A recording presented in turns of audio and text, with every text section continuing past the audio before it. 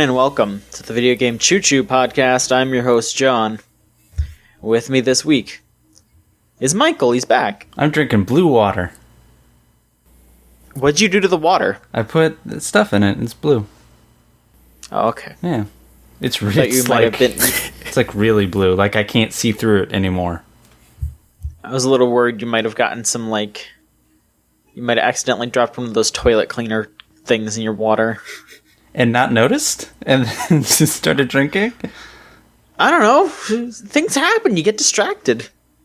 I would hope, in a world in which a toilet cleaner has dropped into my water and changed its color, I wouldn't just be like, hey, my water's bluer, and then just chug it.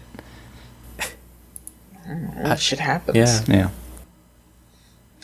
Rose is here. Hi, I'm drinking Blue Mountain Dew. Yeah! So we're on brand. Trex, do you have anything blue going on with you?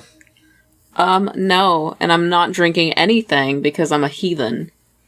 Wow. All right. Stay hydrated, though. Yeah. I'll try. We gotta stay quenched for the show. Ugh. Clenched? I said quenched. Oh, okay. Clenched. Stay real clenched. All right. Video games. Like that?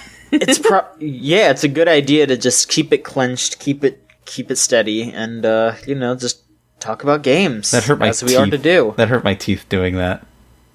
Be careful. Yeah. So, Michael, I'm glad you're back. What'd you get up to? You know, stuff. What kind of stuff? Oh, I made a hamburger. Oh.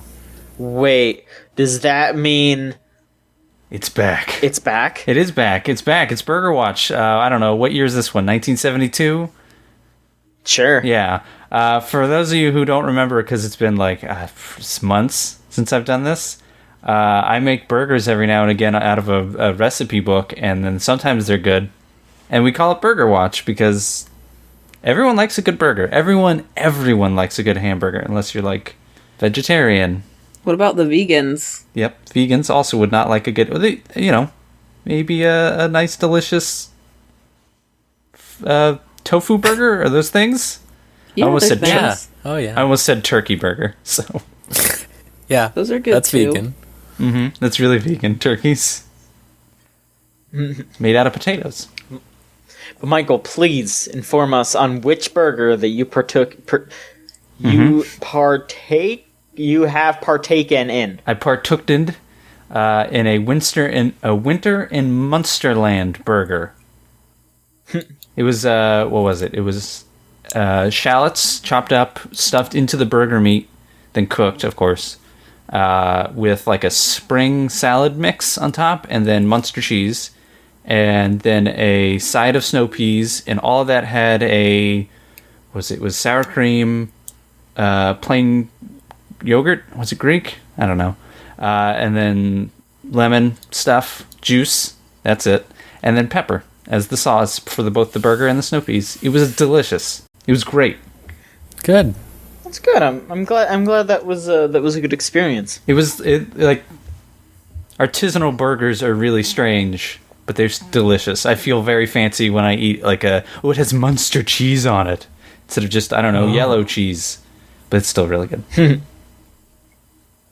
And yeah, that's from the Bob's Burgers burger recipe book, right? Yeah, still going through it.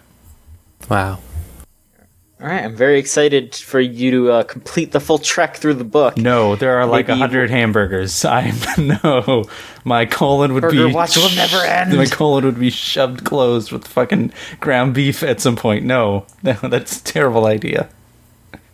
It doesn't have to be every day. Every day? You want me to eat a burger every day? Yeah. I said it doesn't have to be every day. I am saying that. That sounds good. I'm gonna die. It's gonna be your fault. Worth it. I eat worse every day, so You eat 3 burgers a day? Michael. How many burgers do you eat a day, John? Are you having to count Not how every many? day. This thought process. Yeah. No, I don't eat a burger every day, but it's close. So every other day? Every 1 in 3 days is burger free? Yeah. Okay. Sure. Burgers are Probably delicious. go to a doctor. I don't see the problem. If I could do that, that'd be great. Listen, burgers come with like vegetables on them. Yeah, no, exactly. It's everything That's on the healthy. food pyramid at once.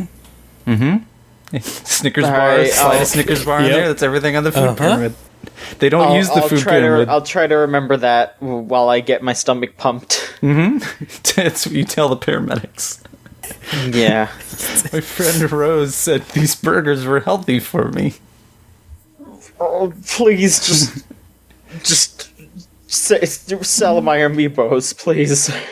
Whatever, I'm coming for those things. Wow. All right. Fair enough. Put them in a dungeon.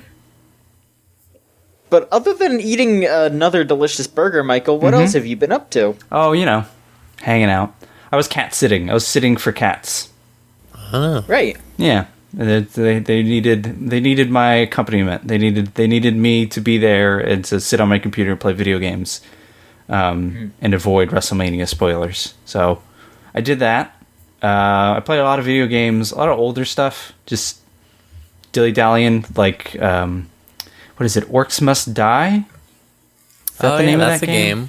Yeah, I played Orcs Must Die 2. I had played it before. Oh, what did and you think of it I like this that time game. around? Yeah? I like it. Yeah, too. It was a mindless, like, it's got some nice strat. For people who don't know, it's like a combination tower defense, but also you control a character who can do damage and has different abilities, and you have an abilities bar, and you can customize that every time you play. So you can have that ability bar is like maybe 9 or 10 slots, and those are all your traps and all your weapons. So if you want to deal a lot of damage yourself, you may have 4 weapons, but that limits the number of types of traps that you can come in with. And then just like a tower defense game, each trap does something different. Some slow enemies down, some do damage, some do a lot of damage, but shoot slowly, stuff like that. But it was a good little kind of, I'm just watching TV, or Bar Rescue is on all day this Sunday, so I'm going to watch that while I play Orcs Must Die. So did you play it alone, or did you play with anybody? No, I did. The place I was cat sitting at does not have great internet, so I just played it alone. Yeah, I've always wanted to play it with co-op, because that seems like a really interesting way to play. It's pretty good. Yeah, there's a lot of maps at some point that just sort of split, so that enemies are coming from 4 different places, and they very much seem asymmetrical of, you take this side, I'll take this side. I played a bunch of Star Wars games because I have a lot, and I decided I should play these. But then I realized I left my 360 controller here, so a lot of those older games like TIE Fighter or X-Wing versus TIE Fighter, a lot of the like flight simi games require you to have a joystick. So you can't just play them mouse and keyboard. There may have been some workaround that I didn't know about, but every time I've ever started them, it says, "Where's your joystick?" And then you plug in a controller, and it's like, "Oh, there it is." So I couldn't really play through those. I wanted to play through TIE Fighter because I've only ever played a handful of levels. Then there's the old Jedi Knight games, which don't work well with Windows 10. You have to download certain shaders and certain graphics plugins from third parties, put them in the folder, then for Jedi Knight 1, I had to rename the executable, and I can't start it up from Steam. For the other one, I just tossed in a different file, renamed the executable, and it works from Steam. So that's great. Huh. That's cool. A lot of those games are real finicky. And then I just played some of the like Empire at War RTS ones, because those are good. Just relax, listen to music kind of games of just, I'm building many AT-ATs and will kill all the rebels. And then while I was sitting there doing that stuff, I was also working because I got confirmed for things and trips. Should I say that now, or should I wait till the end of the show? What do you want to do, John? Let's chill for a sec. We can build up to it. Leave everyone in suspense. Yeah. But then that was about it. I just relaxed. It's, the internet sucks a lot, so just getting away from it is a very good idea. Absolutely. Yeah, so... And then I watched WrestleMania, and then I'm here. It just got worse and worse as time went on. And I skipped most of the bad parts of WrestleMania, so for me, it was really good. We'll talk about that later as well, but... Yeah, I think we actually have a question about it, so... Exactly. But thank you, Michael. Yeah. Rose, it's been a little bit since you've been on here. Yeah, that's true, I think. How you doing? I'm all right.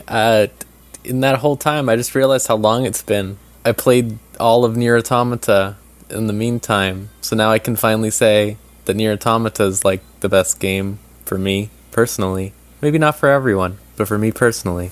I don't know what I can say about that game is that everyone should play it. At least try to play it, because you may be surprised by it. I'm really glad that they put a notice at the end of the first playthrough, because that says like, hey, there are multiple endings and they actually play different every time, because my friend was going to stop after the first ending. Ooh. Which would have been really bad, because that's like a fourth of the game. And... Yeah, not a good idea. No, but that game's really... I think just constantly I was amazed by the places that it was going and the twists that it would do, and not just in a way that's like, the twist seems like it's going to be this twist, which would be like, oh yeah, that's a twist. Of course that would be the twist. But then it goes like another step further and goes like, oh no, it's not that. Like, come on. And man, I don't know. Anyways, Nier Automata is good. That's that. What else did I do? I got the Kingdom Hearts HD collection. Oh boy. Boo. Kingdom Hearts 1 sucks. I didn't think I was gonna say that, but like, I actually played so they just released this last weekend. It's Kingdom Hearts 1, 2, Birth by Sleep, and then some movies or something. And I also played the other one that came out like in February or something. The one that comes with like the Kingdom Hearts 3 demo thing. Wait, there have been multiple Kingdom Heart releases this year?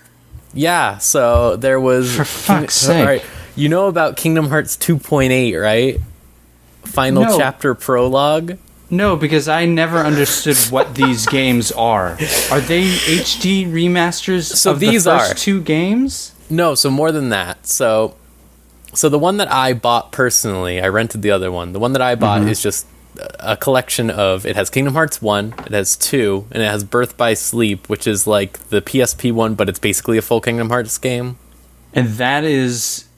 What is that package called?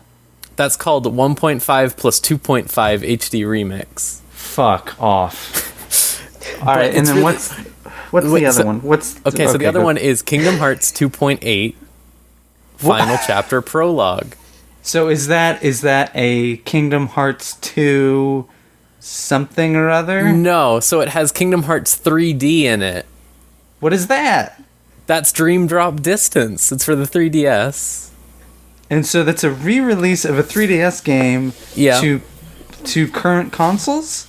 Yeah, so the interesting thing about all of these games is that they're in 60 frames a second, and they're like actually did a lot of really good texture work, so it actually looks pretty good, because Kingdom Hearts was always like an art style game where it's like, even Kingdom Hearts 2 now, if you played it on a PS2, it wouldn't look that bad, but they did a lot of work with like the environments and stuff to make it look really nice. I am like slumped over. I've removed my glasses. Well, no, you have removed my soul from my body. So listen, Kingdom Hearts 1 sucks. Okay? Keep going. I wasn't expecting it to be as bad as it was when I played it, but like compared to all the other Kingdom Hearts games, it's full of like these weird puzzles that like fight against themselves. A lot of like the Disney stuff is very superficial, where they really lean into it in Kingdom Hearts 2, I think. Like Kingdom Hearts 2 has like the Lion King world where you turn into a lion. Like this one has like a Tarzan world where it's like Tarzan's there, I guess, but it's just sort of like set dressing. Sure, like they had a jungle world and then said, I don't know. And Tarzan's here. And like the other Tarzan characters are here, but it's nothing like the movie or anything. It's just they're here. But Kingdom Hearts 2 and everything, I'll get to that eventually. But the other thing that I played was the thing that comes in 2.8 is Kingdom Hearts Point 2 Fragmentary Passage. What are you doing to me? And that's in the Kingdom Hearts 3 engine. And that is really, really good. It's like actually really, really good because I had just got burnt out playing Kingdom Hearts 1. I was like, oh, maybe these aren't as good as I thought they were. But no, like it's just Kingdom Hearts 1's pretty bad. And then Kingdom Hearts 2.8 is full of... I'm sorry, Point 2 in 2.8 is actually like... It's in Unreal Engine 4, which is really weird. Because you could tell it's in Unreal Engine 4. Is this a game? Yeah, so it's like Ground Zeroes. Basically. Okay, so it's a little like a couple it's hours. its own story thing. or whatever, but yeah, it was around 5 hours. I'm glad you're also comparing this to another maligned, weird, sometimes often also pretty much love terrible Ground video Zero. game series. Good, great, yeah, sure. Well, no, don't talk to me about Metal Gear, but Kingdom Hearts I Metal generally Gear like a lot. 2.8 2.8 HD. They had Peace Walker fucking... and then Portable Ops and Acid or whatever the hell that was. A card game. Wasn't it? Yeah. Wasn't Acid a card game? I believe Kingdom Yes. Hearts also has a card game. That's Chain of Memories, which is actually, I think that's in the one I bought also. I think you have discovered that secretly Kingdom Yeah, Hearts we're- is just Metal Gear. I think you've discovered that. We're bridging some At a gaps certain here that I'm point- a little scared. At a certain point, they basically are the same. Yeah. When's Ocelot gonna show up There's and just already be like, that Mickey's basically Ocelot. boss, it's Sephiroth. Like, Oh, that'd be good. I was going to say, this is the point where I reveal that I once read the entire story wiki of Kingdom Hearts. And after reading it, like in depth, I watched YouTube videos to try to understand what the hell was happening. I understand it now about as much as I understand the Metal Gear story, which is to say not at all. I think that Zero. Kingdom Zero Hearts is a understanding. lot easier because Metal Gear gets into its weird pseudo philosophical stuff, but like Kingdom Hearts doesn't do that. Kingdom Hearts is just like, our complexity comes from this person died, or did they? Is this person their evil twin? It's like a soap opera. It's a comic book. Great, cool. Ooh, Kind yeah, of, great, yeah. great story to mine there. Listen, Kingdom Hearts 2.8 was pretty good. The point 2, Why I are really they liked named it. Why are they named like that? So the logic there is that this is the final prologue, the final chapter prologue, right? To Kingdom Hearts 3. So it's 2.8, which is 3D because it's between 2 and 3. And then this is the extra point 2 to take it to Kingdom Hearts 3. It's stupid, is what it is. Okay, yeah. I'm done talking about Kingdom Hearts now. Okay, I'll just say, yeah. I- That HD one is good. The new one, the fancy one, it's good. Rose, okay, so I own Kingdom Hearts 1.5 on PS3. Uh-huh. Would you recommend me like trading that in and getting the 1.5 2.5? Because Yes, because it is only $40. really Yeah. no. And they all have trophies and, like I said, 60 frames a second, and it works really well for that game. I have one final Kingdom Hearts question. Okay. Okay. Have there now been more re-releases and repackaging of games than actual, real Kingdom Hearts games? No. Are Luckily. you sure? Yes, because there's 1.5, there's 2.5, there's Rechain of Memories, there's this bundle, and then there's 2.8. And there's like 9 Kingdom Hearts games, so it still What? beats it.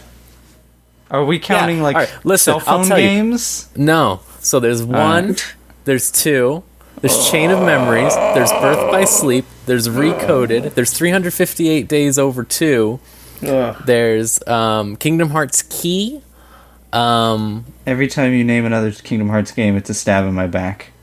Keep saying more. Just come up with them. It's a serrated knife. Oh, Kingdom Hearts Dream Drop Distance, duh. What was the other one?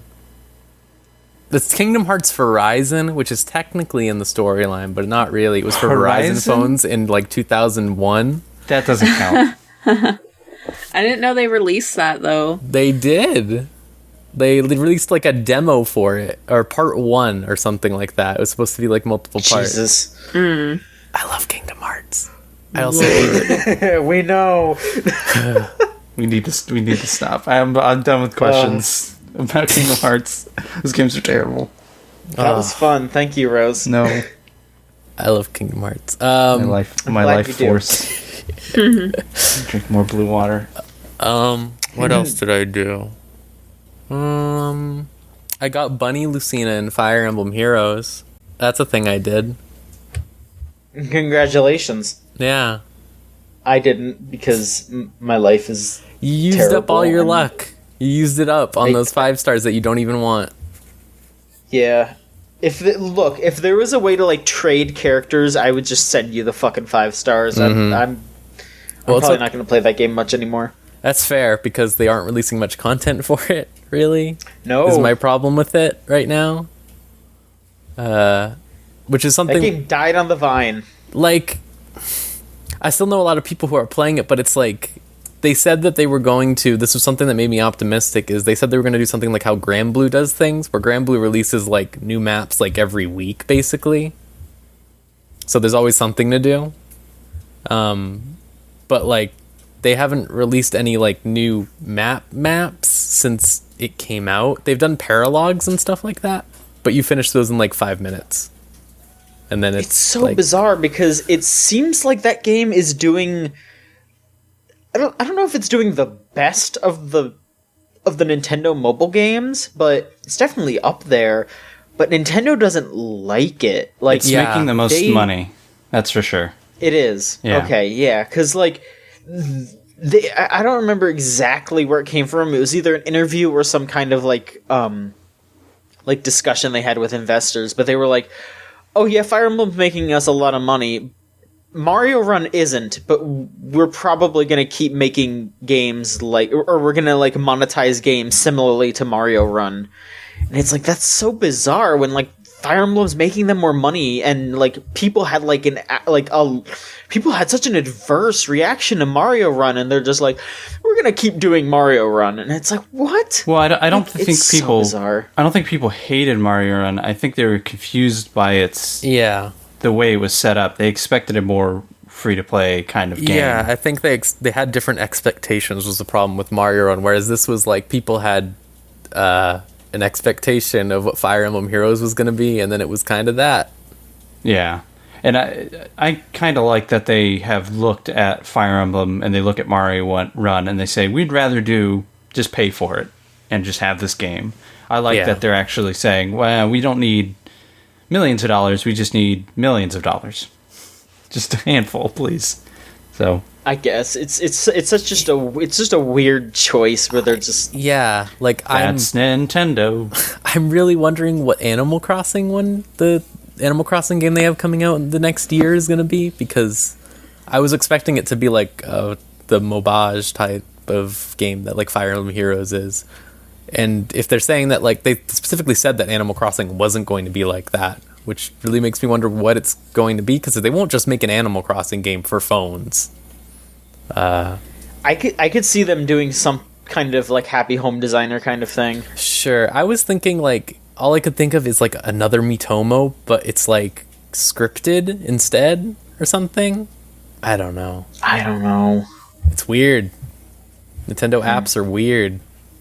They really are. Rose, did you get up to anything else? I feel like there was something else.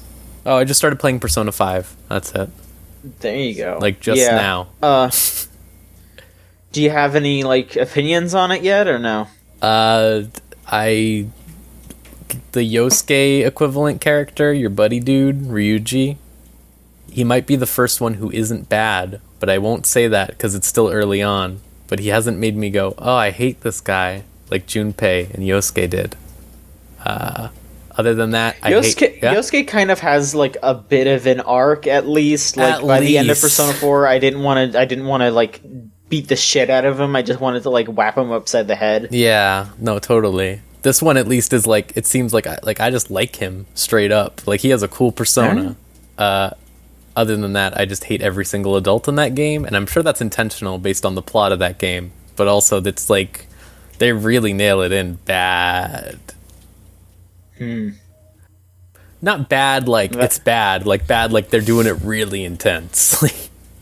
Yeah, they have they're about as subtle as a gunshot. They sure are. They sure are. All right, that's about it. Okay, thank you very much, Rose. Trex, how are you?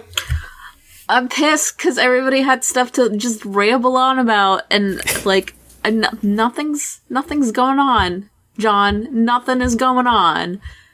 Really, nada? No, absolutely not. I've just been working and sleeping. I think I said that the first podcast too. It's just I've been working like nonstop and just sleeping and napping and the good stuff. Sleeping's good. Sleeping is good. We're in similar boats. Don't worry about it. Okay, good. I mean, the one exciting thing to happen in my life is I finally got the Nintendo Switch, so that's really nice. It was a struggle to get, but I got it. It was hard to wait for it, but I got it. And I got like the bundle that has like Breath of the Wild and Snipper Clips and Shovel Knight and some racing game. I don't remember what it's called, but I don't give a shit about racing games. Fast RMX or whatever. Yeah. I might play it just to play it, but like I've heard it's okay. I don't care about it. It just looks like every racing game that I've ever seen. That's my problem with racing games. They all look the same. Yeah, definitely, for sure. Oh, they're so bad. So, I mean, I've just been playing Breath of the Wild like nonstop. Nice. Aside from everything else. So, I mean, Anything you want to talk about Breath of the Wild or anything else? It's good. No, I feel like... I mean, we kind of talked about this before the podcast started. It was easy to get hyped up about, and then, like, you play it, and it's good, it's great, but, like, I don't know, it's not exactly what I expected. I know that a lot of people are, like, so into it because there's, like, more exploration and, more side quests and just, like, a bunch of cool stuff about it, and I like that, but I feel like it kind of reminds me of Skyward Sword a little bit, just, like, the atmosphere of it, and I guess the graphics in a way, but, I mean, I liked Skyward Sword, but it's obviously not the best Zelda game, so I don't know. I'm very, like, on the fence about it. Like, I definitely think it's great, but, like, there's some things that are just, Yeah, listen, I like Skyward Sword a lot. It's my second favorite Zelda game. I've decided this recently, which is really weird to think about, but it is. That's exactly how I feel about it, too. Is it just feels... I don't know, like, I think my problem with the exploration is that when you're doing the exploration, it feels good, but the rest of the game is telling you you're supposed to be doing something else, and then when you go to that thing, it doesn't really have anything to do with exploration? I don't know. It's weird. No, I totally understand. I totally was thinking that. Like, I love the exploration... exploration. I don't know why I thought I pronounced that wrong. I like that a lot about it. It's a little bit overwhelming at times, because I'm somebody who likes to 100% any game that I play. Mm-hmm. So, like, it's really difficult and makes me a little bit anxious because I know for a fact I'm not going to see every single bit of land ever in this fucking game. And I don't know. Like, I really like the photo taking aspect of it because, like, I like little, like, collectible things in games for some reason. Like, I just like to collect little tiny background things. So, like, I'm over here, like, taking pictures of, like, the animals and the monsters and dying from pausing to take a picture of the monsters. But you know how it goes. Oh, I know. But I definitely feel like when it comes to the actual story, it's not as fun as the exploration part of it. Something about it's just kind of like, I don't know, bland. Have you done a dungeon yet? Yes, I have. Okay, which one did you do? The Van Meadow or whatever it's called, the bird one. Okay, good. That's the best one you could do first. Yeah, no, I started going towards Zora's Domain, and then they wanted me to get the electric arrows from Lionel, and I was like, I just kept dying, and I was like, you know what, fuck this, I'm gonna go the opposite direction. I just wanted to go to Zora's Domain because it's like the closest thing. Yeah. So, but I'm stupid, and I feel like whenever you do that, that might be my favorite sequence in the game, the Zora's Domain part. Just like, I think that dungeon is pretty good too. The rest of the dungeons feel really weird, and I'm interested to hear your opinion of it, at least whenever you get to them. But yeah, it's weird. I'm at like the entrance of the camel in Gerudo's desert or whatever. Like, I haven't the chief wants you to shoot bomb arrows at its feet or whatever, and I was just like, I'm gonna do something else. So I've been like just going to all the shrines and stuff and the towers. That's the way to play that game, is to just explore, basically. Well, I do the story like for like 5 minutes, and then I explore for like a whole day, and then I continue the story. Kind of gets me through the day. It's a conflicting game to me. Yeah, for sure. It's good though. It is good. It's beautiful. Yeah. Yeah, I got to the I did the Rito dungeon and the Zora dungeon so far. The Zora dungeon, I felt like when I did the Rito dungeon, I felt like I was figuring things out, and I was, because that game does allow you to figure things out your own way. But the Rito dungeon, it felt really natural. Like, oh, this is what I need to do next. I would figure something out, and I would be like, oh fuck, that's really cool. Like, I felt super smart doing that. Oh yeah, definitely. When I was doing the Zora dungeon, there were so many bits where I was just like, I need to fucking force my way through this. Like, I was really glad that I got the Rito ability, because I used that like 3 times while I was in that fucking dungeon, because I couldn't figure out what the hell I was supposed to do. Oh no, that makes me nervous. I mean, I would be more nervous about the Gerudo one. I'm a little scared now, because that's actually what I'm about to go do.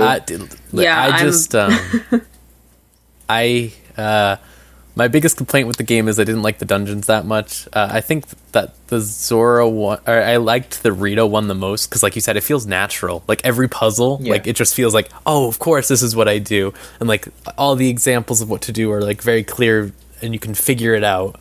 And Zora one is like a more complex version of that to me, but like the Gerudo one is it's kind of tedious, is what I'll say. All right. Well, I mean, I still like the game on the whole. Like, I mean, you know, not to take over your talking time. Tracks, Oh no, you're fine. Yeah, I'm sorry about that. Did you get up to anything else lately? Any other games? Yes. But we're gonna talk about it eventually. No, Night in the Woods, which that was good. It was a good game. I started playing it just because everybody was hyping it up, and it definitely lived up to the hype. I really liked it. I love the art style. Like, I think games, when it comes to games, like, I'm so picky about the art style. Like, that's what gets me to pick up a game. Usually is just like seeing the atmosphere and just like the colors, and I don't know, it felt very calming and just like natural, and like everything kind of hit close to home with like what May would talk about, and just like I don't know, she was just going through really hard times, and I was like, you know what, me too, girl, me too.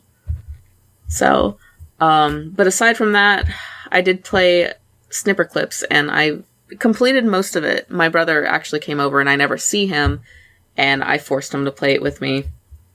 And there was only like one level that I didn't beat.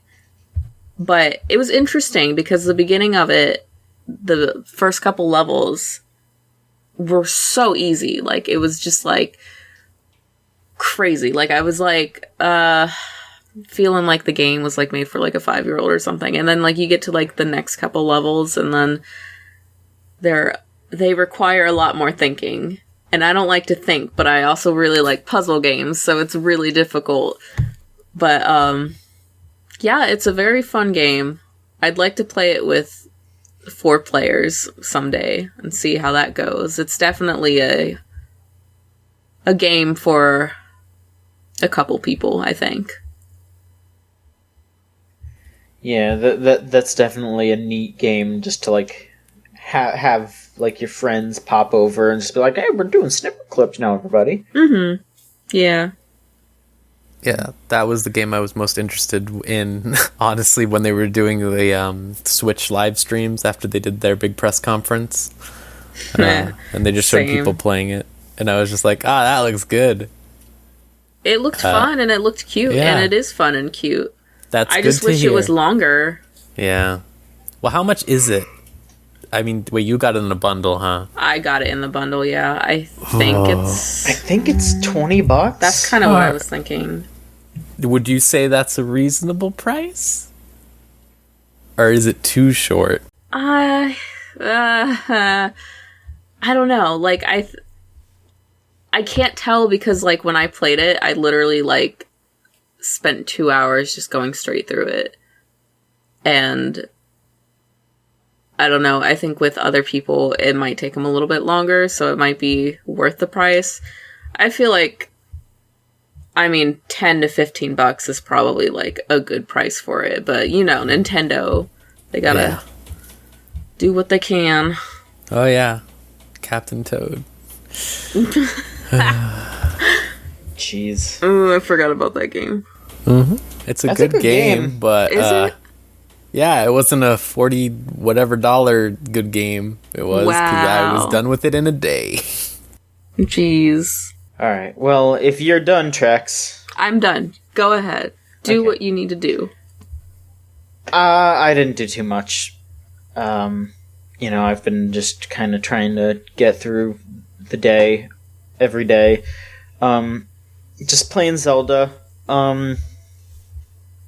Oh yeah, the other thing that I played though, I got Blaster Master Zero.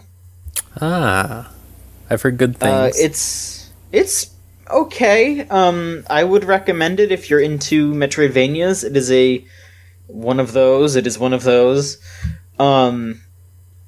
I just really appreciate that they improved on the original as much as they did, because the original Blaster Master, it was an NES game by Sunsoft, and you may recognize them as the people that made like the NES Batman game and a bunch of other like really good but strange NES era games. I think they also did some like Super Nintendo era stuff too. But Blaster Master was pretty much their like first foray into like a quality game. But it has a lot of difficulty issues, because basically the hook to Blaster Master is you start out in this like powerful tank called Sophia the Third, and you're just going around blowing shit up. You start to explore these caves and all that, but then you'll find an area that's too small for the tank. So you press a button and you hop out of the tank, and now you're just this very small little guy, and you have to crawl over to like a cave. You go in there, and then it becomes a top-down section where you're walking around shooting and all that. And the difficulty comes from the gun upgrades, because you have your health meter, and then you also have a gun upgrade meter where like enemies will drop gun upgrades as you go. And every time you get hit, you drop a gun upgrade. And that can get really frustrating when you're like fighting a boss and it hits you a bunch of times, and then you're stuck with a pea shooter.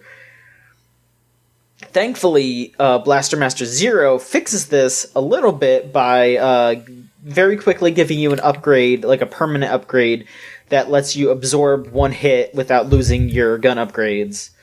And there are way more save points, there are way more checkpoints than in the original game. So it's not like it makes it like a cakewalk, but it definitely fixes those like unfair, just like, oh, I'm gonna have to just trudge through this area 70 times until I get the right gun upgrade, or until I get enough gun upgrades to actually fight this boss. It just, it definitely rewards you for, it doesn't detract from like slipping up a little bit. It lets you be human. And I really liked it. I really like what I've played of it. But yeah, it's a pretty basic Metroidvania kind of game where it's just, but it is very linear though, because the game will basically just say, oh, go this way now. Okay, you unlocked this upgrade for Sophia the Third that lets you shoot this kind of rock, so now you can go to this area. It's very linear, but there's some areas in previous levels that you can like go back to and get like health upgrades. So it's not like, it's not completely divorced from the Metroidvania formula, but it is very linear compared to other games in that genre. But I still really liked it. Yeah, if you have a Switch or a 3DS, it's $10. Ooh. So, if you're interested in those kinds of games and you want to play as a fucking sick-ass tank, then I recommend it. I have Good. $10. Well, hey. Well, there you go. Yeah. So let's move on to news. Trex, would you like to get started? News. Right. Okay. Give us your info. I got the info. So Mass Effect is working on some improvements currently. Some of the changes include things like the lip syncing and romance options in the game. Basically, it's just fixing everything that people have complained about. So, yeah. I'm pretty sure you can read more about the patch updates on BioWare's blog. Yeah, and in our article we have a link to it. So, I mean, if you're listening to this and you haven't checked it out yet, I'd recommend you do that, because Is there anything on the blog that you could that you would point out as like a big improvement? I mean, they kind of have a good chunk. I haven't really played much of Mass Effect, so I'm not entirely I know one thing they're changing. And that's the really bad trans character that's in that game. Oh, yeah. The one who just drops their dead name right away in literally their, like, fourth line of dialogue. Oh my god. Yeah, it's so embarrassing. They made a huge apology, yeah. It was so bad. Like, oh my god, I remember seeing that and just being like, who the fuck would talk like that? Like, ever? Like, oh my god. It's nuts. Really bad. That's crazy. Like, I guess the first patch just came out, and I saw that people are already saying that some of the facial animations are better already. So, yeah, it was facial animations, lip syncing, and then I think the romance options was there's an achievement in the game that if you complete the romance arc with 3 different people, you get achievement or trophy. You couldn't do that as a gay male character. So you only had 2 other men as options. So you would have to break your character's sexuality to get that achievement. So for somebody who wanted to 100% that game or just get that achievement, they literally could not unless they went. And all the other variations could have up to at least 3 romanceable options. So basically, it sounds like they're making it more LGBT friendly. Sure. Hopefully. It just seems like an oversight because a female writer could have 3 female relationships. So it just seemed like a random oversight in a very large game, but it's just kind of one of those facepalm, flap your head, just kind of like, why is this an oversight? Why did you not notice this? Considering that's kind of one of the reasons a large group of people likes your game, is that you can take that character, that beginning plain character, and it's an RPG. You're playing a role. Like, that is the basic of that. That's the base of that game. So that should be a part of it, is fulfilling that role and still being able to achieve everything in the game that any other player could.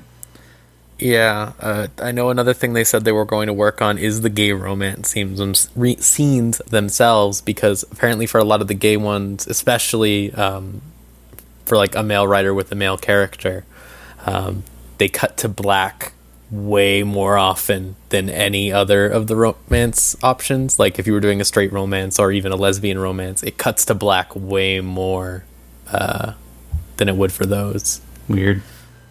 Yeah. Weird. I don't want to ascribe like intention behind that kind of thing. I don't either. It's just very like short-sightedness. Like, yeah, with that short-sightedness, like Mass Effect in general, even with its shortcomings in that area, is still one of the most welcoming games for those kinds of relationships. It still doesn't do it great, but like other games just fucking ignore it and just don't do it and don't have gay characters at all or let you be gay in any way. So no, for sure. I don't want to sit there and subscribe and like they left this out. Like who knows why that happened? No, yeah, I think I particularly get frustrated with it from BioWare because they're famous for being very outspoken about their support. Let's say, yeah, in certain ways. Well, they specifically said when they apologized for the poor writing of the trans character, they said it's a big game, and through iteration, this happened. Yeah. Which, I mean, that like Mass Effect is not a one team project. There's no way. It's saying definitely. Assassin's Creed is one team. It's just multiple teams spread across the world, probably, or at the very least across a continent. And everyone gets their hands on different things. It's not one writer. Like it's like with the animations when everyone falsely thought one woman was in charge of all the animations. It's like, even if she was, which she wasn't, she's not the only animator. Like this is not 2 weeks worth of work and she fucked it up. This is years worth of work. And this is just unfortunately what happens. And it's inexcusable in these cases, in the lack of gay romances, in the poor trans writing. Some of that's inexcusable, and apology is just the start. But like I think some people, especially with the animations, jump to conclusions very, very quickly. And these are big games. There's a lot of people working on them. Something doesn't just break and people just shrug their shoulders at it. It's just how it happens, unfortunately. No, yeah. For sure. But that patch is coming April 6th, which is today, so totally be on the lookout for it. Apparently they might be continuing to make more adjustments to it as the months go on, but this is the first big patch, so expect it. Good start. All right, thank you. Hang on, I have to wait for this ice cream truck to go away from my apartment. Chase it. Yeah, go get some ice cream. Go get that. I can hear it. It's great. What song is it playing? God. What song is it playing?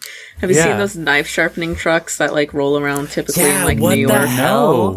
No. They're so messed up. When I found out about those, I was like, what? I mentioned it to my dad. My dad's like, yeah, we've always had that. Yeah, they always say that when you say that. When you always go like, what is this? They go, what do you mean? That's just there. What? Like, what? Yeah. What's the problem? Like, the Mandela effect. You usually just sit there and say, it used to be ice cream trucks. And be like, no, it's always been knife sharpening trucks. Yeah, it's fucking cursed. All right, the truck seems to have gone. Michael, would you like to do your news story? Please. Sure. Our first question actually asks about this news story. Hey, I know what I'm doing. Oh, okay. Okay, I'm just making sure. You scared me. I can juggle multiple balls. All right. Okay. All right. Okay. I can juggle. All right. I can kind of juggle. Not really. I need practice. Our first actual question comes in from Bloody Pinata and asks us about this news story. The Scorpio. You remember that thing? Yes. Yes. Not the Mortal Kombat character. Oh. Sorry. Yeah.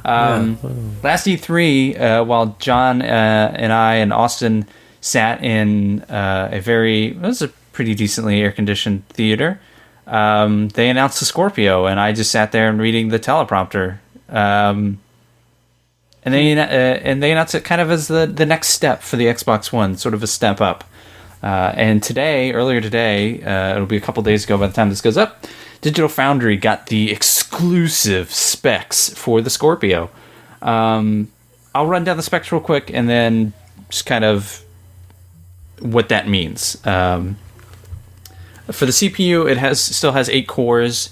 They run a little bit faster, and they are custom x86 cores, and I believe DirectX 12 is built into the hardware. I don't know if it's built into this. I assume the CPU.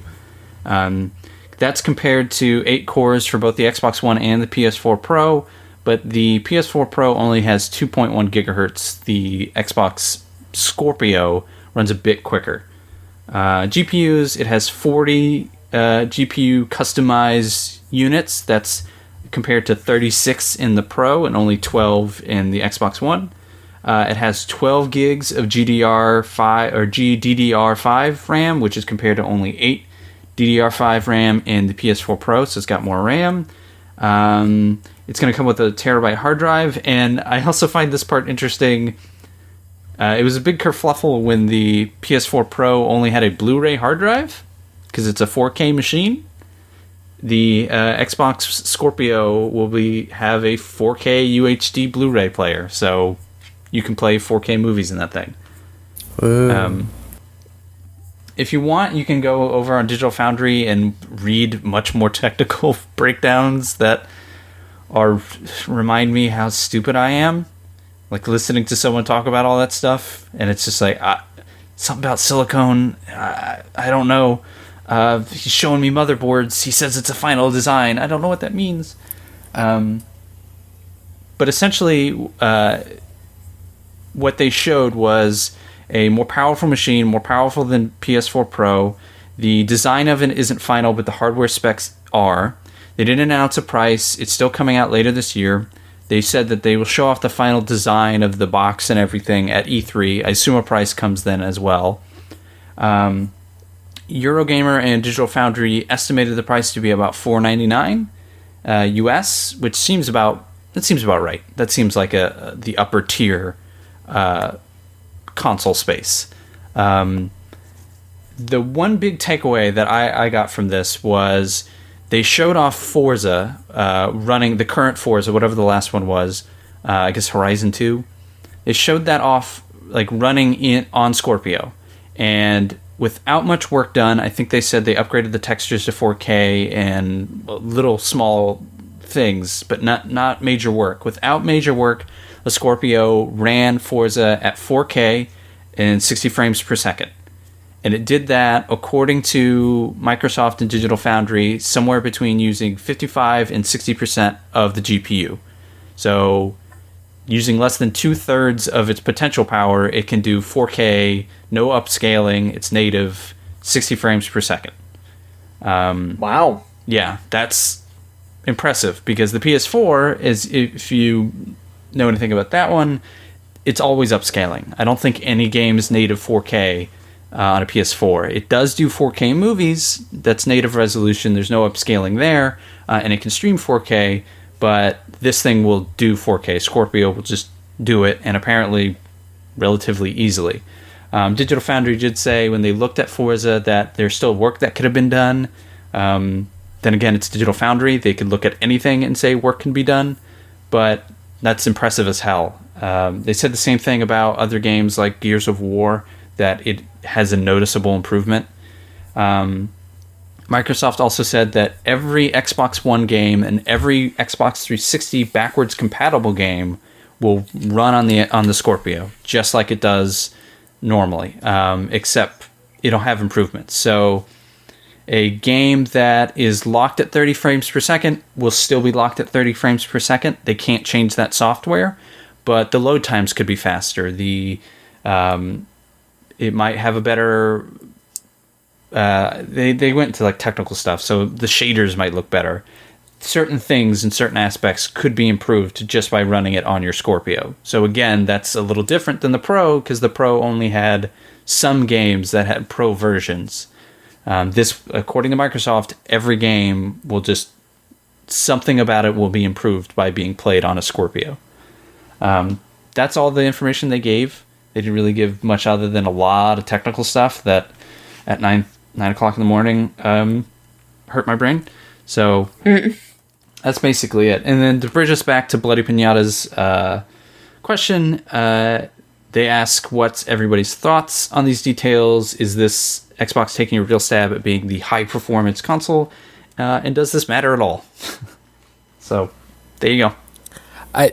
The one thing I took away from it that makes me at least hopeful for it over, say, the PS4 Pro is that it's not just like PC parts shoved into a console. Yeah. Like they talked about, like specifically like the DirectX 12 chip alone is like, that's really cool that they're making that, and they can just do that. Yeah. Hopefully, Oh, go ahead. Oh, I was just gonna say, hopefully, like, this is better than the Xbox One. Maybe they'll end up like, our infrastructure still isn't at the point where I'd say that their DRM policies for game sharing and stuff like that would work on this one, but I hope they come up with something. So because even if the hardware is good and it's made to be a console, I don't know like how much that will work in the current state of things. Yeah, to speak about the hardware, like the not PC parts shoved in, the CPU is custom, the GPU is custom. I think that's it. So right away, that's, because the PS4 Pro and the Xbox One both use just Jaguar cores, whereas the Scorpio uses custom x86 cores. So it seems like everything about, I want to say it's something they mentioned at E3 last year, is it's designed from the ground up, and it really seems like the Xbox One was a PC in a box. This is we sat down in a room with people who are real smart, and they told us this is what you need to do and put into a box to make it 4K and make it look good. I'm impressed. I was hopeful last year when they announced it that they could do it. Then the PS4 Pro came out, and I really thought of the two companies, Sony would be the one to shove a bunch of just shiny things into a box and sell it at $700 and go, you wanted it. And for Microsoft to come out, show a little bit of restraint, like sell something that's, again, we don't know the price, but $500 it seems is about the price. I think that's perfect. Like, if you think of it in terms of business, the Switch will be on shelves, sure, but that thing's $300. So Xbox Ones are going to be on sale, PS4s are going to be on sale, Pros will probably be on sale because those haven't been selling that well. So you have all these things that are on sale, that are bundled, and most people have them. If you're somebody who bought a PS4 and you're thinking about a Switch, but you see this shiny new Xbox, it's going to be the only new hardware on shelves at Christmas coming out at that time. If it's marketed correctly and it actually has games other than just Crackdown 3, this could do well. But it needs those games. Like, it can't do this without something that maybe a new Halo comes out. Maybe something can anchor this to consumers in their mind. But Crackdown 3 would have to really impress to really get people to go out and I mean, I own an Xbox One. It would have to really impress me to convince me to go upgrade my Xbox One. Thank you very much, Michael. What do you two think? You guys didn't answer. I mean, I don't know. I'm not super interested in what's going on with Xbox right now, honestly. So they're going to have to really wow me with some games before I care about their GPUs. Sure. I agree. I did wonder, like, because the Crackdown 3, when it was initially announced, was all about cloud computing. Yeah, it sure was. God, I just remembered that. Which was a part of their, like you mentioned, Rose, like their original DRM always online thing. Like, that was going to be the benefit was, sure, our console isn't the greatest thing ever, but you're always online. We will offload those computations somewhere else. So I'm wondering if the beefiness of these specs offload a lot of those computations that would have been on a server somewhere and now just happen in the box. And if that's the case, what do people with the original Xbox One do? Do they have to always be online? Do they have like a big gray fog over everything? So that's the biggest concern. It was the same concern we had with the PS4 Pro of like, are there going to be games exclusively for this that run terribly on the old thing? Microsoft's been pretty out there saying that will never happen. So I hope that will never happen. Yeah, because like there were leaks before that were saying like it's part of their Play Anywhere thing that they've been doing. Like that, like pretty much every single Scorpio game that's been talked about is Play Anywhere. So I bet that they wouldn't. Like, it wouldn't be too bad, I hope. Yeah, if they want to play anywhere, it has to be playable on, like, someone's rinky-dink PC somewhere, so...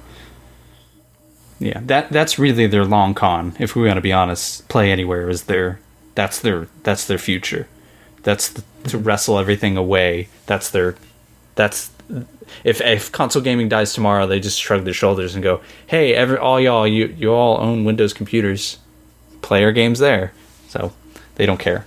But it's an interesting sort of like where they're placing their bets of the last few years. If you really think about what they've announced and what they've gone through with, especially after that changing of the guard, it's been PC gaming, Play Anywhere, and it's been this thing.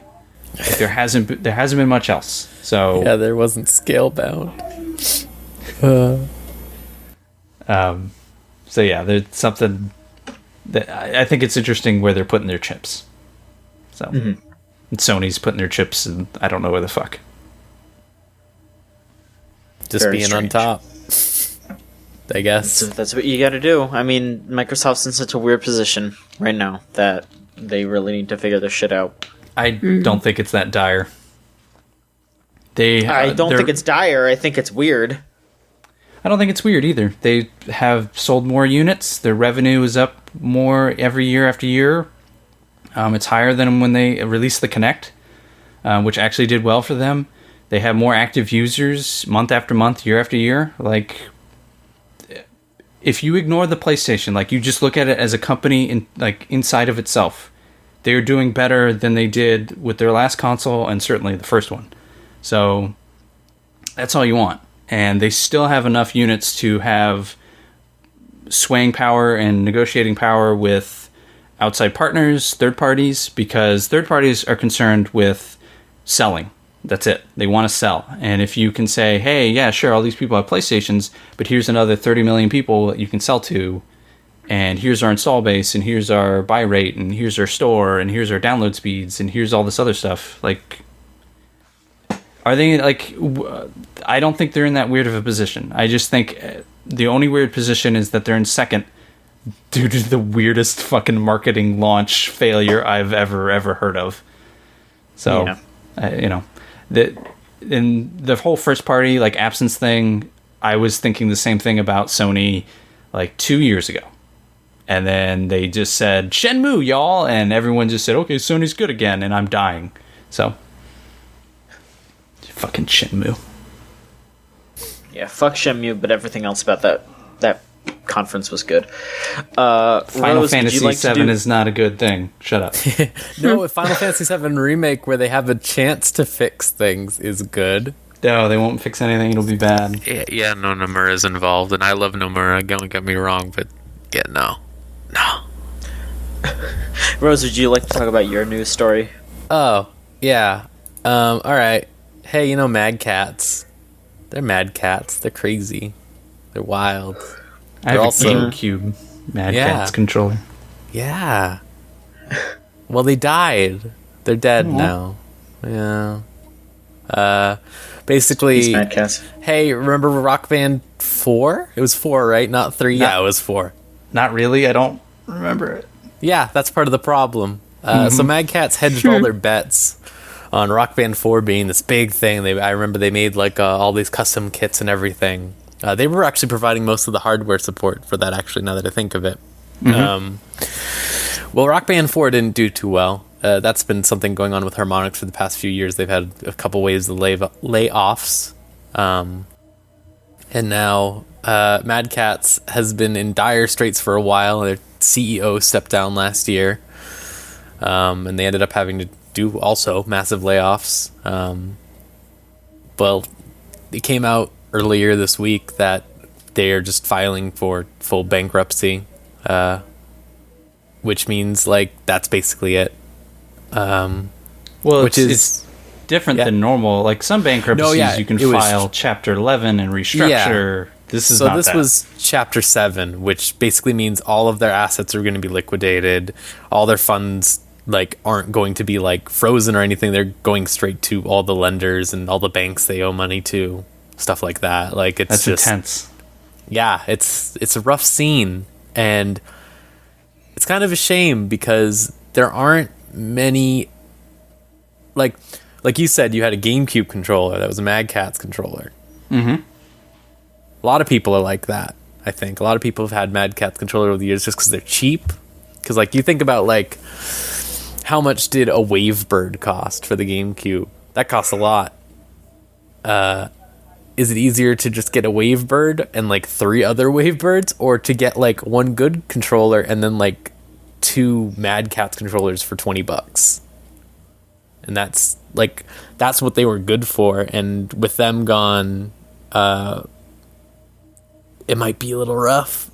It's already been kind of rough, but like especially for fight sticks, which they've done, like I don't know. This is weird. I don't like this post Mad Catz world. It's weird. Yeah, the fight stick I have is a Mad Catz one, and it is high quality as all hell. Like Mad Catz, when they were firing on all pistons, they were really hitting the mark. So, you know, it's a bummer that such a mainstay of the industry is going away. Yeah, there haven't been many, like, obviously since Mad Catz kind of, like, with Rock Band 4, they kind of crippled themselves, bad enough. Like, there haven't been many, like, here's your knockoff DualShock 4 controller or something like that I can think of. Yeah, they just seemingly put, like, even Harmonix, I don't think, expected Rock Band to do as well as Mad Catz needed Rock Band to do. I think they just put their hopes into that, Sure and did. just hoped it would be another Rock Band 2, and it wasn't. No, it wasn't. Hopefully Harmonix doesn't follow suit. I know they're in a weird place right now. They had layoffs like a couple weeks Yeah. ago, didn't they? Like Just the same week they laid off 17 wow. people. Yeah, like I know they have a Rock Band card game or something going on now. Yeah, It's I weird. know a little bit about that. Oh yeah? Not going to say too much because I signed a really, really old NDA very long time ago. That wasn't always a physical game. Huh. So I actually see the light of day was really neat. If people haven't seen it, it's Harmonix and Hasbro, and it's like it's a card game. It's a physical card game, but when you play the cards against each other, like you would in such amazing card games like Yu-Gi-Oh, when you place it in the little thing that comes with it, it plays actual music. So you would like build songs. So you might have like a techno hip hop deck. So like all your cards would be hip hop beats and techno beats, and melodies and things, and so as you're playing these things, it makes music as you go along. It was actually really neat. It's like, That sounds pretty cool. yeah, so like you would play, like there would be times where I wanted to play a card, and it's like, I'll play this card because this would sound dope over this song, and then it's like, I should really just play this card, and it would still sound pretty good. So it was this combination of, it's a music game because you're making music, but you also have to play this strategy card game. So Yeah, fuck Yu-Gi-Oh! Bring on Rock Band. Hell yeah. That's everyone's saying that these days, you know? That's the big yeah, thing to all say. the kids. Fuck Yu-Gi-Oh! Yeah. Hell Fuck yeah, Yu-Gi-Oh! Rock Band. I got that tattoo on my back. It's really good. But yeah, hopefully Harmonix doesn't follow too bad in that direction. I don't think they're that. I don't think they're that bad, because they definitely, at least, like you said, like they didn't think that it would even do as well as Mad Catz needed it to. Like you said, they got an outside publisher, and they said, no, you make the instruments. Yeah, We're but at not. the same time, like I don't know how well what's that, the Amplitude. I don't know how well that right. did, but I don't Yeah. think it did like really good. I don't know. But that was a Kickstarter game, so you know, like Yeah, I backed that. Oh, Yeah. but I really just it's weird. Maybe someone will come in, replace Mad Catz, do something. But for I'm now, sure there's some company. Afterglow, is that a company? that sounds Is that like real? I think Ori. that's yeah. Ori? Yeah. Yeah. But hopefully, like Mad Catz, like John, I think you said like they have like pretty affordable fight sticks. Yeah. Yeah, so hopefully the prices don't go up with that, since they know that like, oh, they can get away with this now. If they're going bankrupt, there might be warehouses full of Mad Catz fight sticks that need to be emptied. That's true. That is So- true. But yeah, Let's see how this goes. we'll see. Jabali's gonna have a garage full of Mad Catz fight sticks in like 3 weeks. He's like, I don't know how I got them.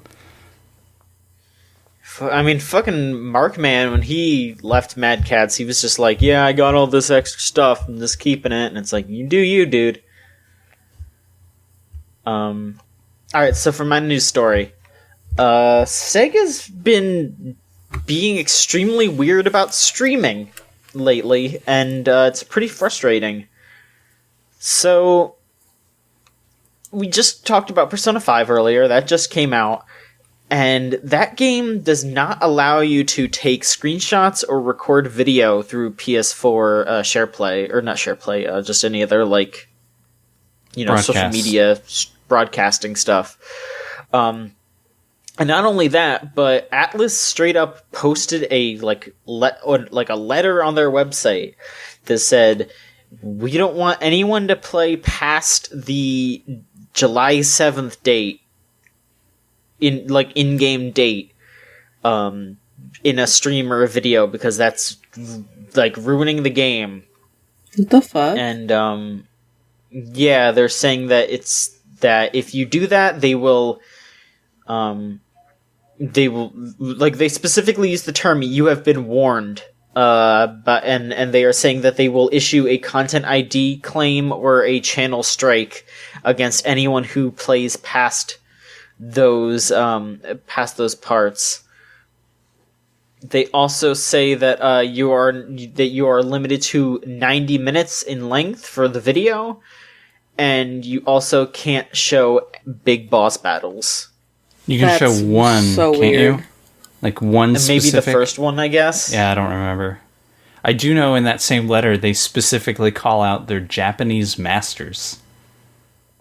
Yeah, like, this sounds like the Japanese branch of Sega and Atlas, like, not understanding, like, why people care about these games. Like, basically, like, if you look on social media, like, right now, just, you know, people just got their games, but people are having to take, like, phone pictures of, like, bits of that game where they named their character something stupid, and it's like,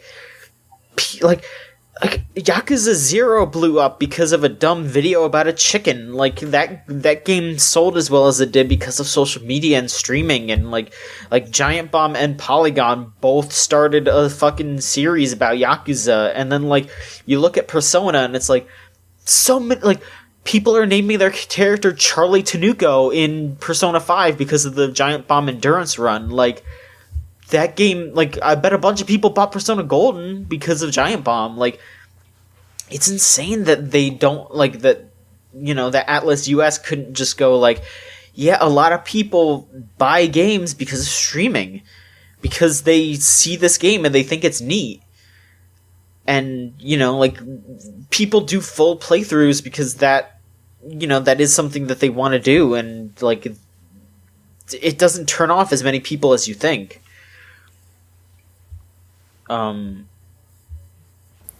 Hopefully this doesn't stay forever, at least. Like, Atlas US did specifically say that their policies may evolve in the future.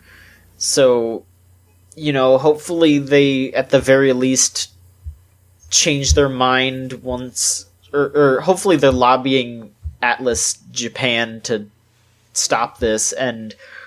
at the very least, hopefully soon they don't do anything too irreversible to people. Mm-hmm. But it's still really awful how they pulled this. Yeah. Like I've said to you before, I think, and a couple others, like, this has been going on for a while in Japan. Obviously, Persona 5 has been out there since September, something like that. And they had all these restrictions back then, and I was like, after playing Tales of Berseria earlier this year, it has the exact same things as Persona does. It limits screenshots, all that stuff. I legitimately think that, like, I don't know if it's going to change or not. Like, the Tales games have been doing this for, like, 4 years now. Like, ever since the new consoles came out, like, you can get Tales of Zestiria, which is on PS3 and PS4. And the PS4 version, it doesn't let you stream it or take any screenshots. If you post Let's Plays of the Tales games, sometimes Namco freaks out. Like, I don't know if it's going to change for a lot of Japanese games, and it might just get worse. Because they've been able to get away with it in Japan for so long. And now it's just like, we can just do it over here now. You saw the Puyo Puyo Tetris thing, right? That's good. I was about to mention that, because they actually said something similar about Puyo Puyo Tetris that's just coming out on April 25th. They specifically said that if you post anything from the adventure mode, that you will get a content ID strike or something similar. Which is fucking insane because it's an adventure mode for Puyo Puyo Tetris. They also said that you're not allowed to post videos if you're monetized on a website that isn't like YouTube or something that doesn't have a built-in monetization already. Like, if you have like your own site that monetizes its own way, you're not allowed to post videos. But Sega US actually just confirmed that this isn't the case, at least not in America or Europe. They did say you can go ahead and stream whatever. You can PS4 share as much as you want. They said just please be conscious of revealing the cutscenes. It's a Tetris game. I mean, yeah, but You that's say also that now. No, it's a Puyo Puyo that, Tetris game. Come on. Like that sounds like them just basically saying, hey, if someone doesn't want to get something spoiled, don't spoil it for them. That sounds more like normal. It came out talk instead of before Persona 5 did. Yeah, it's been out in Japan since 2014. So It's this is like an almost 3-year-old game. If I wanted to see the fucking cutscenes, I could go see them right now. Yeah, I have no idea, like, how or why, like, I don't know why they posted this. Like, it's fucking crazy that, because, like, you know, they, like, Sega Japan just said, oh, you're not allowed to post this stuff, but then Sega US just said, oh, no, you're fine. Like, it seems like such a weird, like... It's Japan. It seems like they have... I mean, yes, it's Japan misunderstanding streaming because it's not that big of a deal in Japan, but at the same time, it just seems like it seems super crazy that like Sega US was able to be like, "Oh, you're fine about Puyo Puyo Tetris, but we can't get Persona solved." Like it's fucking crazy. I don't know what's going on with Sega right now, but yeah, this seems like John. It's Japan. Yeah, I guess so. Yeah. Let's move on to questions. Michael, would you like to bring us into the questions? Sure, you can send questions that sound like these questions to questions at... No, that's not it. Podcast at videogamechoochoo.com, or you can go over to... Oh, I almost dropped my laptop. videogamechoochoo.tumblr.com/ask. We already asked Bloody Pinatas questions. We'll go on to Anonymous asks, if you were asked to voice a video game character, what would your dream role be? Ooh. Let's start with John. You got to choose one character. It can't be Junko. Go. Why would I want to... Yeah, wouldn't it be Monokuma? No, I would want to be Travis Touchdown's new brother, who's nice. Trevor Touchdown. Trevor Touchdown, he's very nice, and Jonathan he's Touchdown. No. He's got a cool sword, but everyone loves him. John, do your best Junko impression. No, what? I can't. Do your best Monokuma impression. No. You're no fun. Rose. Wow. Not a true fan. I would want them to make Devil May Cry 5, and then I voice whoever, like, whatever age lady they want to put in. Her name is Lady, not, like, an age lady, like, not a lady, like, her name is Lady. She's Lady, she's cool. Woman. Yeah, that old woman. Oh, okay. No, Such Lady a from fan. Devil Don't May even know Cry. their names. Woo. Listen, she has a name, but she just likes to be called Lady. Trex. Well, since JonTron got kicked off of ukulele, I'm taking his spot.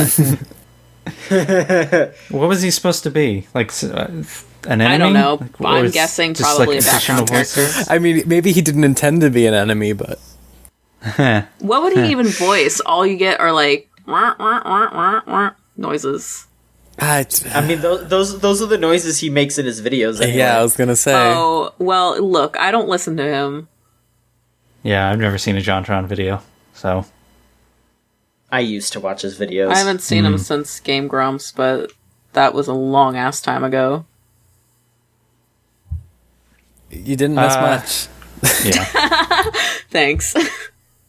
I'd like to, whenever I play like a role-playing game with my friends, if I choose like the warrior or like the valiant character, I can affect a really like over-the-top, very loud kind of like normal men's hero.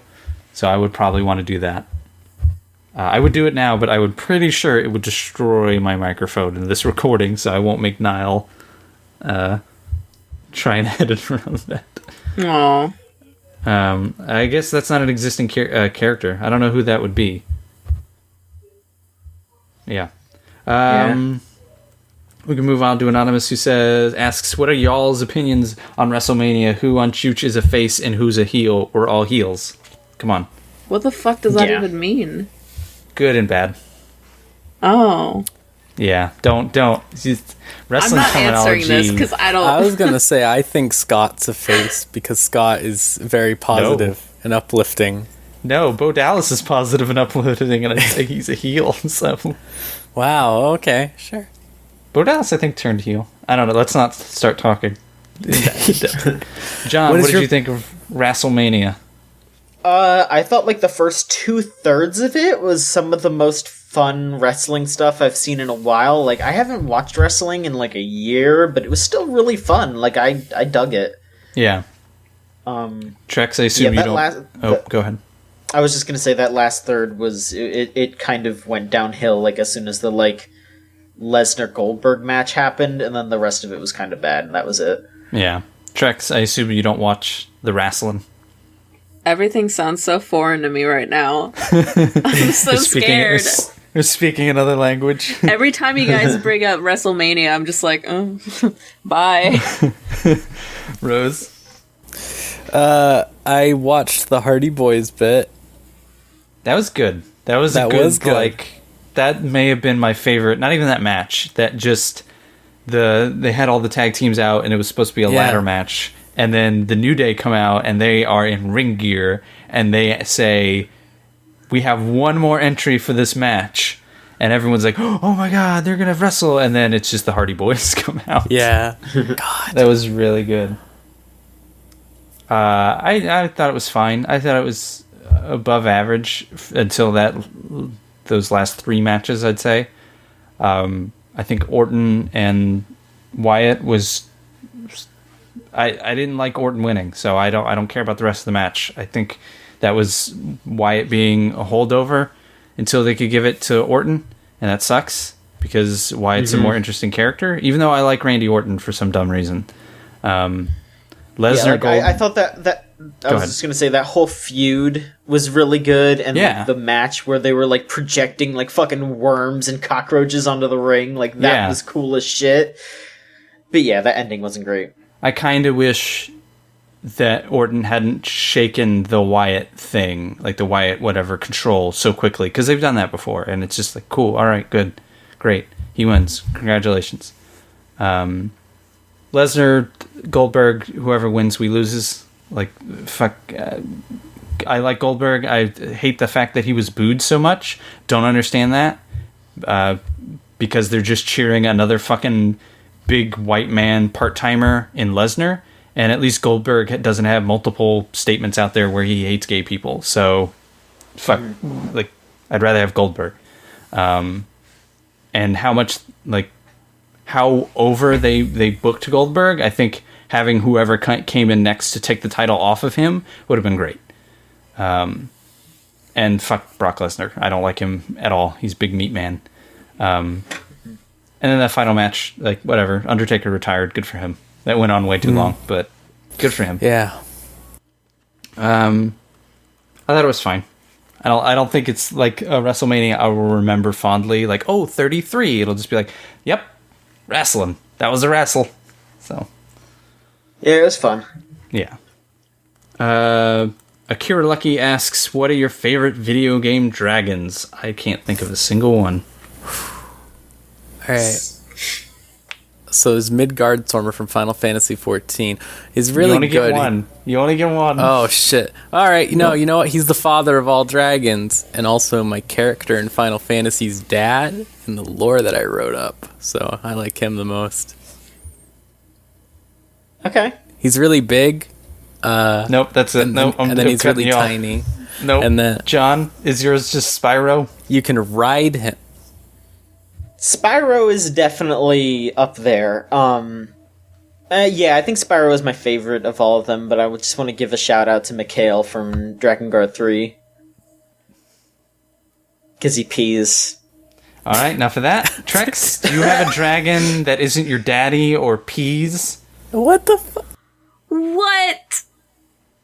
I'm out. No, but what dragons are there in video games? You only like peeing dragons? Yeah, I wish a dragon would just piss all over me. Oh god, no. Video game Choo Choo. Alright, listen, guys. You started it. You egged it on. Yeah, I'm looking. I literally Googled dragons in video games, and it's just generic dragons. Yeah, I can only think of, like, Spyro. I don't even... The dragon from Dragon's Lair. I don't know. Oh, the dragon from Dragon's Dogma's really good. Let me say that. I really like it because he, like, taunts you the whole game. That's good. We're moving on. Enough dragon pissing. Sorry. Dragon fisting now? No, I said pissing. You heard what you wanted to hear. John. Come on. Shut up. Chill. Dragons fucking cars. Now we're talking. 1998 Dragon Seeds. Anonymous asks, most comfortable video game bed. The one in Super Mario RPG, because you could jump on it. Ah, that's true. Oh my god, yeah. Yeah. You can jump on it, so it's got plenty of bounce, and then you can sleep in it. I can't imagine a comfier bed than the one in Deadly Premonition. That's like a football field. Oh, yeah, large. that is so big. Oh, that one, yeah. No, I'm with John. Nothing in Deadly Premonition can be described as comfortable. That's not I true. think Have you seen him? everything- Yeah. I think What? everything about Deadly Premonition is comfortable. What are you talking about? What are you talking Have you seen about? Francis York Morgan? He's like the comfiest man at any given point. Like he doesn't even care like when there's enemies around him. He's just like amazing, perfect. No, Great shot. no, I'm surrounded by insane people. No, that is uncomfortable. The game. No. All right. Maybe for Who you, not else? for him. Who else? Beds. I totally agree about Mario RPG. Something about like Yeah. I don't know, it's just bubbly looking and just soft. Mm-hmm. I want to touch it. Mm-hmm. You can put your drink on it. For sure. Yeah. And then jump on the yeah, bed and spill it. Yep. Oh, that'd be terrible.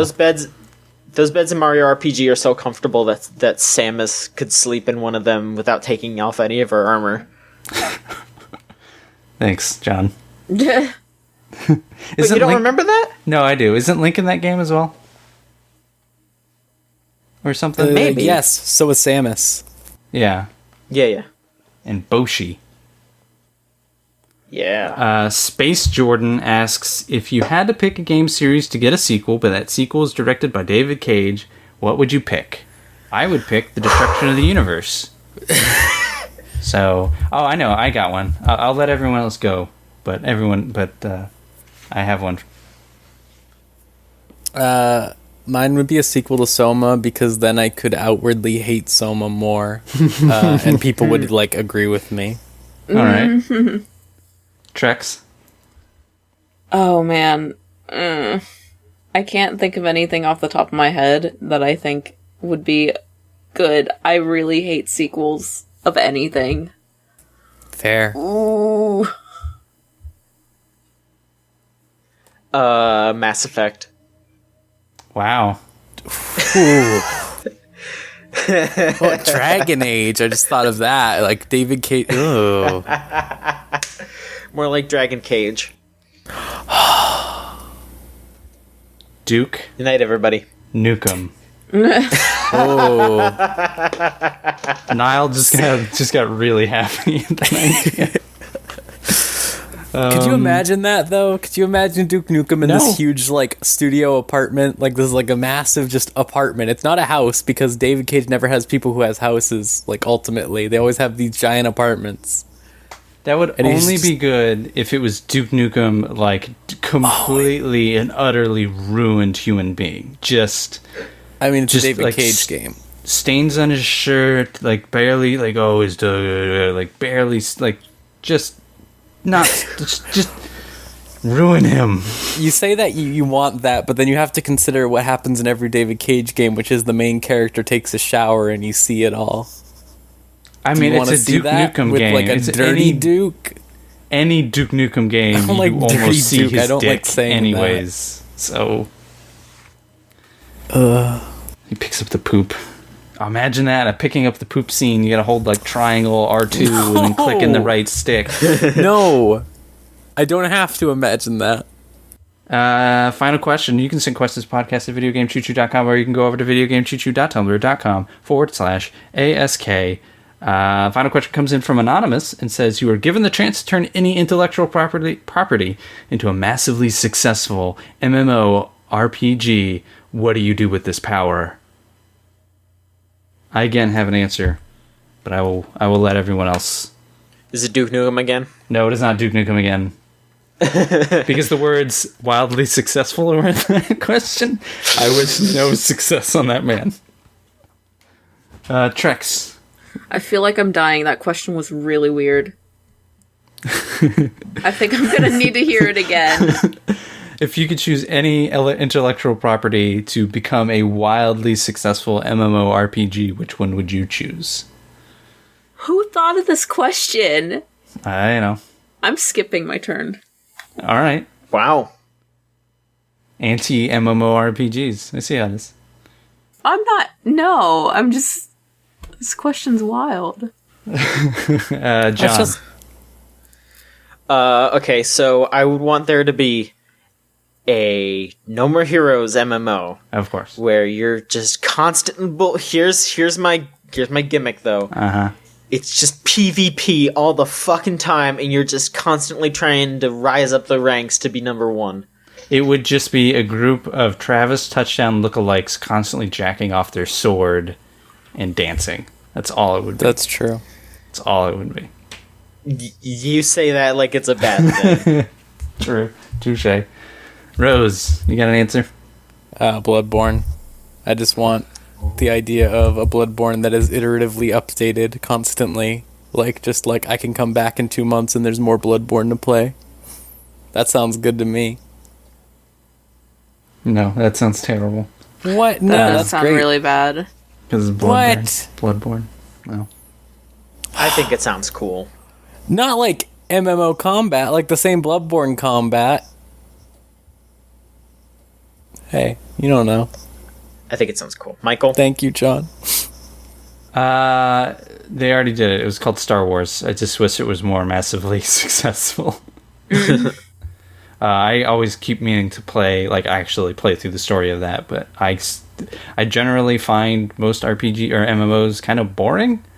I don't like meandering that much, or when I do, I like doing it on my terms. So when I have to meander to find and kill 10 of something, and I probably, because it doesn't help that I've always played the one specific character, one specific path in Old Republic, I find that beginning really boring. And by the time I get to the end and you get your lightsaber, I'm like, okay, I'm done with this. So maybe I should go back and actually play through some of the storylines that people say are really interesting. But I've heard it's been getting better recently, quote unquote. Recently, I've heard the story stuff's pretty good. Yeah, I know Imperial Agent is the path people always say is the best story and is as good as some of the stuff that was in the first two KOTOR games, but I've just never gone back to try it. It's also like a 60 gigabyte download, so some people don't have that time to sit there and watch the thing download. Smaller than Doom patches. Oh, how long you been working on that one? 3 seconds. Okay. Suck it, Doom. Teach Yeah, you. fuck you, good game. Yeah, HD textures. Ugh. You know what? Can we get an 1080p Animal this. Crossing MMO? There you Oh, go. fuck. That's the There app. you go. That There you makes go. more sense. Yeah. It's all coming to me. Animal Crossing, but Pokemon Go-esque, where you have to go to places to get different shops and stuff. I just feel like if you turned any game into an MMO, it would just be ruined by everybody online. Yeah, basically. Mm-hmm. Or it could be a Internet's really terrible. good thing. I don't know. And it's No. terrible. burn it all down. But it's I don't want to ruin a good game. But I don't know. It's gotta be a Pokemon MMO, everybody. That would be No, terrible. wait, no, the Animal Crossing MMO has filters like Club Penguin. R.I.P. by the way. It came back. Didn't they relaunch it as something else? I think somebody took it and they relaunched it, but it's not technically Club Penguin. They just I don't know what they did. Yeah. I know But- they relaunched it as something else, but I don't. It's something else completely? It's still a Club Penguin, but it's not named the same thing. I didn't read it because I don't care about Club Penguin, but I do. well, I'll see if I can find the story afterwards. Write an article about it. No, you write an article about it. I'm not, Don't test me. It'll just be me going Club Penguin ? And a big shrugging emoji. I don't fucking know. It'd be really good. John, should I announce the thingy? Yes, please. Sure. Since this goes up on a Sunday, and I don't know, and the next podcast will go up after it. This Friday and Saturday, at least, I will be going to Star Wars Celebration. So over in Orlando, sunny Orlando, Florida, and I will be trying to cover the new Battlefront 2 announcement. I'll try to hang out with EA people and annoy them. I know Disney Interactive will be there. I don't know why. I know the VX pinball, is that what that's called? You know what I'm talking about? I think so. Yeah, the pinball people. Yeah. They will be there. I don't know why. I guess they have Star Wars Pinball. And I will be seeing other Star Wars stuff. I've gotten some press stuff hopefully lining up. So I will be at Star Wars Celebration. And I will be trying to get stuff together. So look for that. I can't promise when it'll go up, but probably around the time that the next podcast goes up. So about a week from today, come back and look for our coverage of Star Wars Celebration. Okay. I thought your news would be more exciting. Wow. Star Wars No, is I'm the most kidding. exciting. Jesus. I'm going to go cry now. Good. Humming the Star Wars theme. I mean, if anyone's gonna be there, hit us up on Twitter or something. I don't think I'm gonna go to Star Wars Celebration, but I'm gonna see if I can't get a day off that overlaps, and maybe I'll go hang out with Michael, and we can just say hey and not record anything because we don't have to record every fucking thing we do in our lives. Yeah, we do. We'll see what happens. It's the same weekend as CEO Dreamland, and I'm not sure how much free time we'll have, if we'll make it over there, but if you're going to that, maybe we can figure something out. It's all in the same area, so if you're there, if you're around in that area, if you just want to just bother John, hit us up on either the Twitter, one of our Twitters, or the site Twitter, which is VGCC. So Egg's house will give you his address. Yep. Please don't. DM me. I'll send you his address. Please don't bother me at my apartment. I already have enough trouble here. All right, well, that will do it for this week's show. I want to thank you three fine folks once again for being on. Thank you, Michael, Rose, and Trex. It's always a pleasure, and thank you for listening. If you could just do us all a favor, I'm going to ask this again. Please give us ratings and reviews on iTunes. Please retweet, reblog, and otherwise spread our articles and our videos when that happens.